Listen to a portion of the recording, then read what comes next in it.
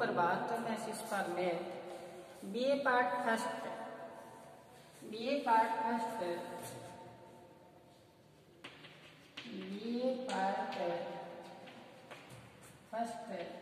सामान्य हिंदी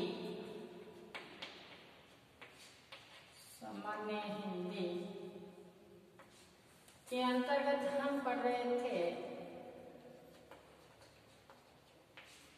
शारद विशारद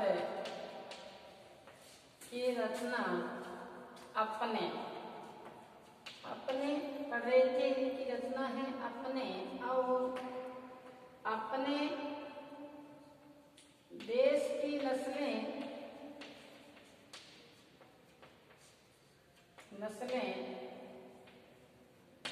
अपने देश की नस्लें, और एक इनकी रचना है बात करो।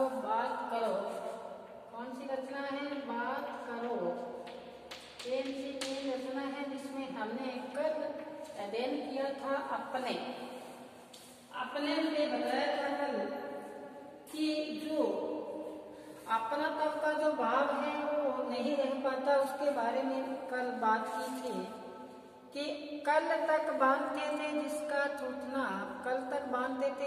थूथना, पहुँचते थे नाक, पिलाते थे छाछ, और खिलाते थे उबला पापड़, और कंधों पर बिठाकर दिखाते थे मेला, दिलाते थे झुंझुना, और देखते थे अपने बालपन और युवावस्था में जो मानसिकता में बदलाव आया है उसके बारे में यहाँ बताया है कि किस प्रकार से आज की युवा पीढ़ी अपने परिवार जन के साथ ही अपनी मानसिकता में बदलाव के कारण अपने को अपना नहीं मानती। जैसे एक कवि ने कहा है कि आदमी के बीच दीवार, हमने अपने घर तो इतने अच्छे सजा लिए, इमारती पत्थर लगाकर सुसज्जित कर लिया, और पड़ोसी के साथ लगने वाली दीवार को इतना ऊंचा कर लिया कि अपनी आवाज भी उस तक न पहुंचे। जो दरवाजे हैं, मुख्य द्वार है, उनको सजावटी बना के मुख्य द्वार को बंद करके खुद अंदर बंद हो चुके हैं।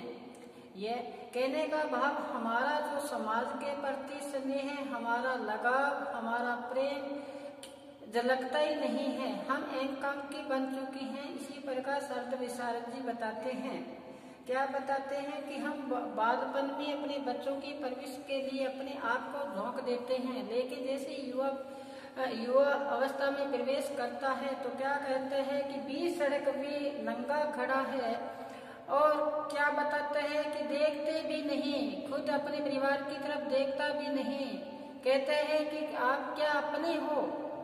देखो, इस प्रकार की रचना अपने हमने कल चर्चा की। आज हम पढ़ रहे हैं देश की नस्लें। कौन सी? देश की नस्लें। छोटी सी कविता है, देश की नस्लें किस प्रकार से हैं, देश की जो नस्लें हैं उस पर आज हम चर्चा करें। तो क्या बताया है? देश की नस्लें बताया है इसमें, देश की नस्लें, बच्चे सब रोगी हैं, बच्चे सब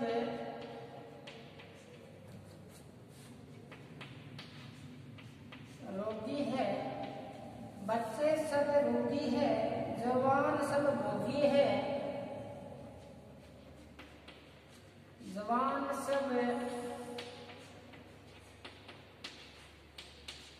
भोगी है, पक्की उम्र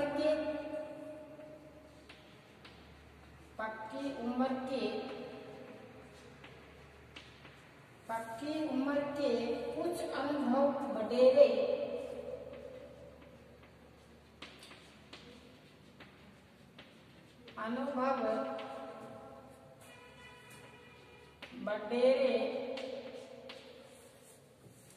चेतना के खरे चितेरे, चेतना के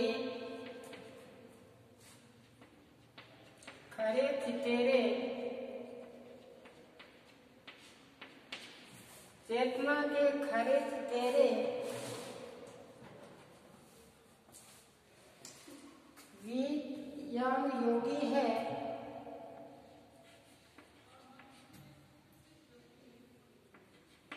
वितराग योगी है, योगी है, रोगी भोगी योगी, रोगी भोगी योगी, योगी। देश की नस्ल जिस देश की नस्ल जिस देश की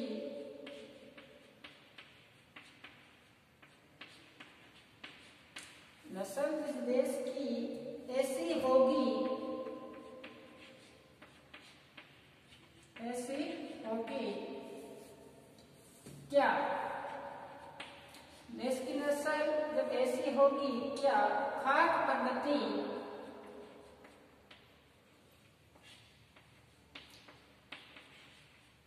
प्रगति वहां होगी।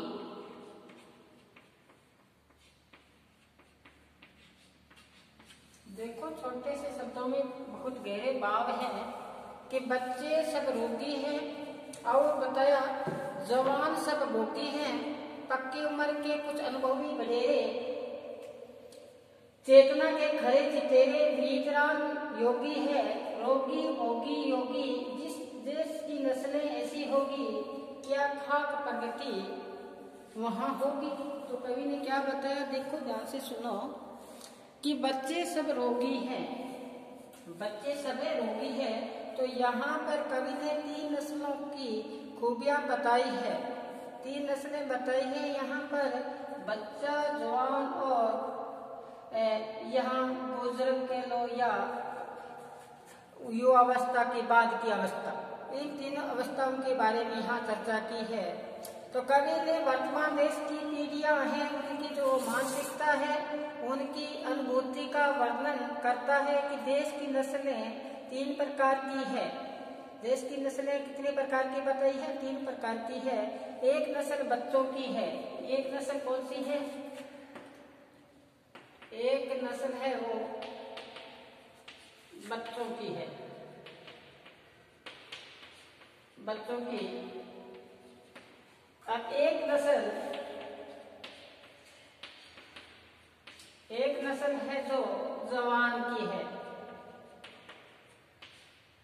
जवान की। एक नस्ल बच्चों की, एक नस्ल जवान की, युवा के तो तीसरी नस्ल बुजुर्गों की है। तीसरी नस्ल है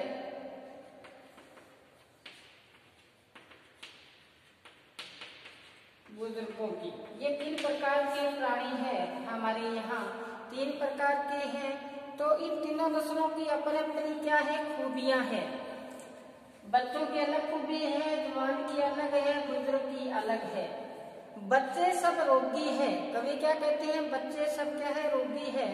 कहने का भाव बच्चों में यहाँ कुपोषण के शिकार होने के कारण यहाँ रोगी है। किसके कारण रोगी है? कुपोषण के कारण रोगी है। जवान की जो नस्ल है वो भोग विलासा में रत है।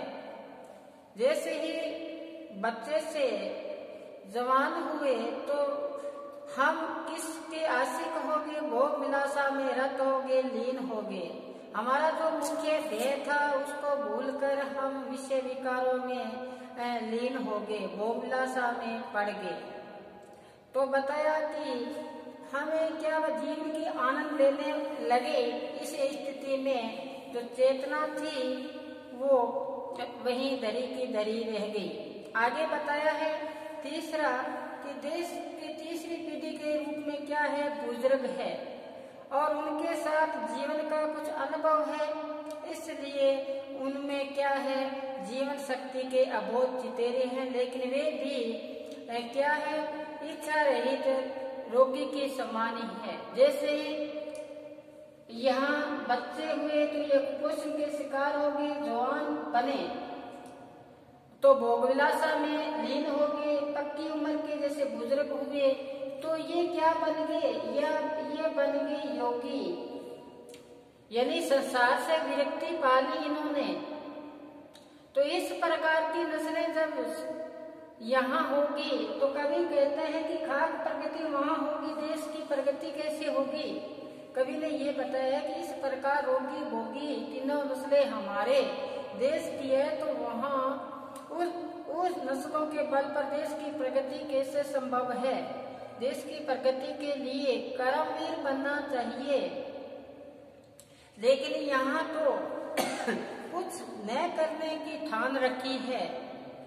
ये यहाँ तो वो प्रक्रिया अपना ली है कि अजगर करे ना चाकरी, पंछी करे ना काम, मुल्का यूं कहेगे सबका दाता राम।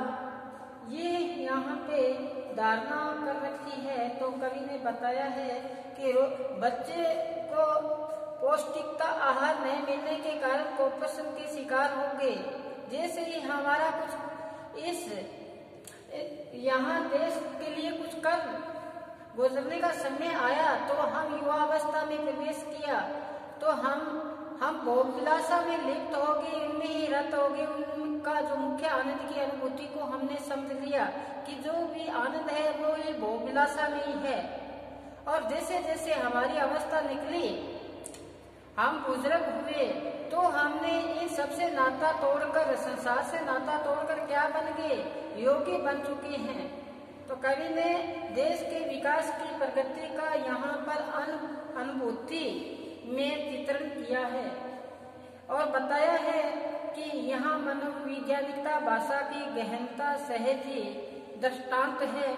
कवि ने बताया कि इस प्रकार की जब अवस्था होगी तो फिर कैसे देश की प्रगति कैसा होगा।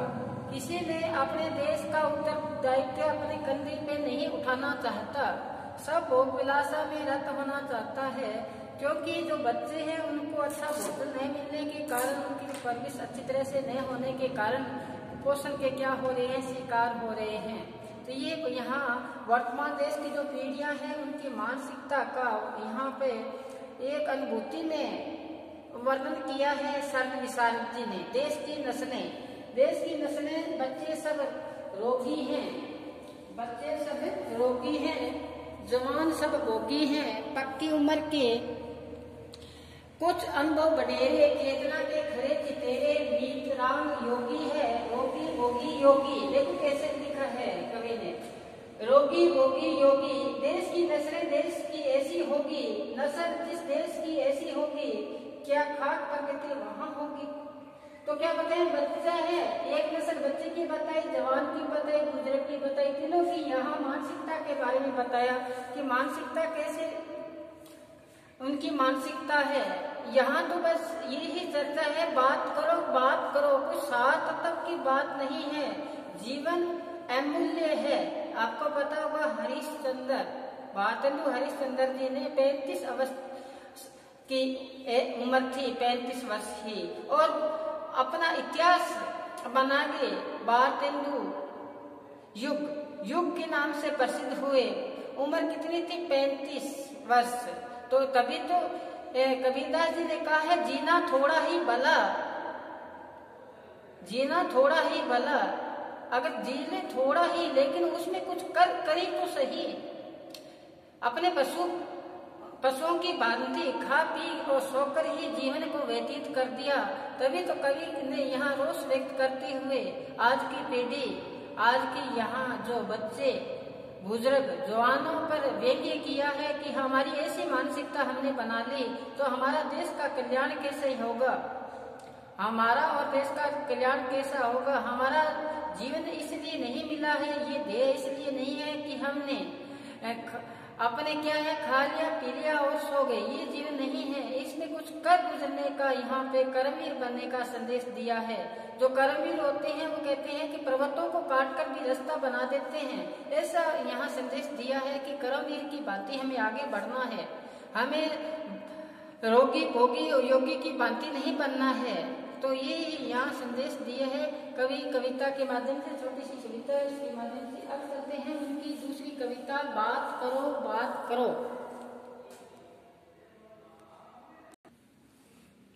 आगे देखो, इनकी दूसरी कविता है बात करो। कौन सी कविता है? बात करो।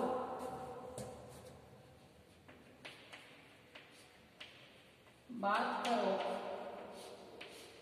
तो इसमें बताया है बात करो, बात करो, बात करो, बात करो। फिर है काम नहीं बात करो, काम नहीं बात करो। आगे क्या बताया है? देश का सवाल है, देश का सवाल है,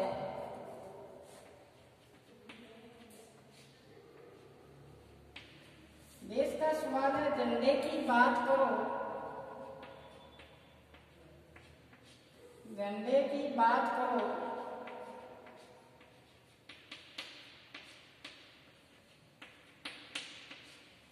देश का सवाल है, झंडे की बात करो। गरीब का ख्याल है,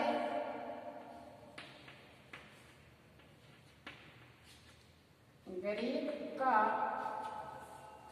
ख्याल है,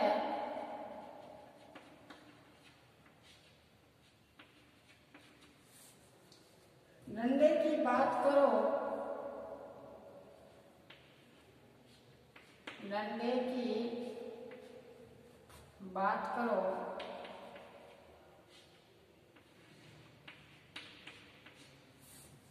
बात करो, बात करो।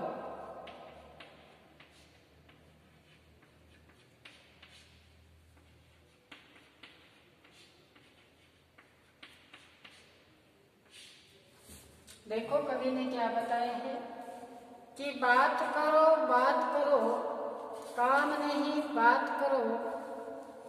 तो इस ये राजस्थान जनपदों का काव्यधारा के जो प्रमुख हस्ताक्षर कवि सरल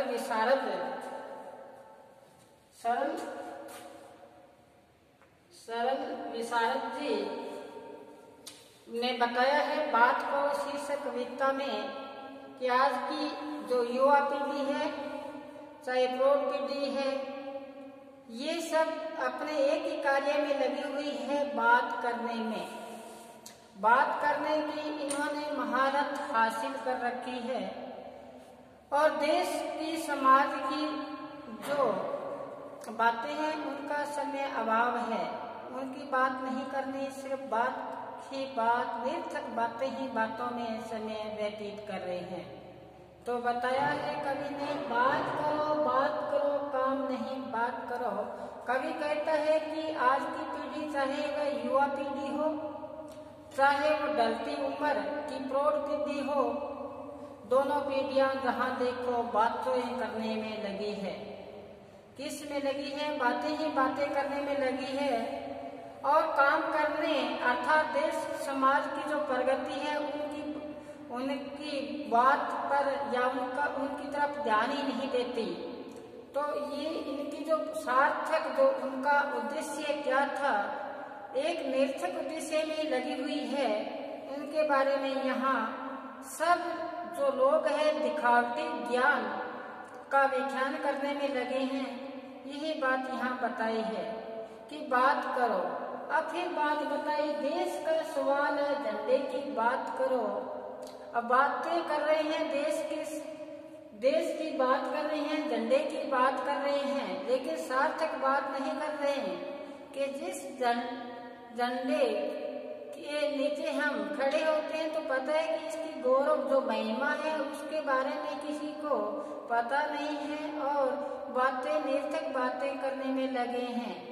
पता नहीं कितने लोग नीम की ईंट बने तब जाकर ये झंडा हमें प्राप्त हुआ है। तो कहते हैं कि झंडे की कोई बात नहीं करता, उस गौरव की कोई बात नहीं करता। कहने की बात है कि जो डंडे की बात करो पर असलियत पर कोई बात करना नहीं चाहता। आओ क्या बताए, कवि की व्यंजना है कि देश की प्रगति के प्रश्न पर, झंडे की गौरव गरिमा बनाए रखने के प्रश्न पर लोग क्या करते हैं, कहते हैं कि गरीबी मिटाओ का नारा दिया जाता है, लेकिन गरीबी वैसे के वैसे ही व्याप्त है। इनको पता नहीं है कि राजभवन में बैठकर गरीबी पर चर्चा कर सकते हैं, लेकिन गरीबी है क्या उसका अनुभव नहीं कर सकते। कहते हैं ना कि गरीबी एक खुली हुई किताब की भांति है, जिसको देखकर पन्ने पलटकर कुछ लोग चित्र देखकर फिर उस तह खाने में वापस उस अलमारी में वैसे की वैसे रख देते हैं। तो यही बात यहाँ बताई है कि वास्तविकता की ध्यान न देते हुए एक बातें करने में सब लोग लगे हुए हैं। तो कवि ने बताया कि गरीबी का ख्याल है, डंडे की बात करो, डंडे की बात करो, बात करो, बात करो। तो कवि ने झूठी शान बनाए रखने के लिए जो हमारी बातें हैं वो निरर्थक है, हमारी बातें झूठी शान बनाने के लिए नहीं है। फिर बताया देश की प्रगति के विषय में, झंडे की जो गरिमा बनाए रखने के लिए विषय पर, गरीबी मिटाने के विषय पर कोई आज वातावरण में सार्थक बात करने की कोई नहीं सोचता, क्योंकि कवि ने फिर पहली कविता में बता दिया कि बच्चे सब रोगी है, जवान सब भोगी है, योगी भोगी और फिर बताया कि रोगी भोगी और योगी, ये इस प्रकार की तीन नस्लें होगी तो उस देश की प्रगति क्या खास होगी। तो इसी प्रकार इसमें बताया है कि बात करो, काम नहीं, बात करो, काम नहीं करना है तो करने क्या है, जो हमारा सार्थक कार्य है वो कार्य नहीं करना है, हमें तो कार्य करना है, बातें करना है। मैं सदैव आपको कहता हूँ कि आप बैठो, और कहते हैं बैठोगे तो सुख पाओगे, बैठो और ध्यान रखो अपना जो पाठ्यक्रम है उस पर कितना पाठ्यक्रम आपने अभी तक अध्ययन कर लिया। कहते ना, कह नानक जन आपा चले मिटे ना भरम की काई, जब तक अपने आप को नहीं देखोगे तो तब तक आपकी पहचान ही नहीं हो पाएगी। उठते बैठते चलते फिरते सिर्फ ख्याल किसका हो, जो आपके पाठ्यक्रम है उसको ही पढ़ते जाएं, उसका ही ध्यान रहे और अन्य बातें नहीं करनी है। जैसे कवि ने यहाँ बताया है कि बात करो, सब लोग बातें करने में लगे हैं, तो हमें बातें नहीं करते हुए ये संदेश हमें मिला है। आज बस इतना ही, कल फिर हम नई एक कविता के साथ उपस्थित होंगे। तब तक आप अपने घर पर रहें, सुरक्षित रहें, पढ़ते रहें, और यही हमारा मुख्य ध्येय है, पढ़ना। धन्यवाद।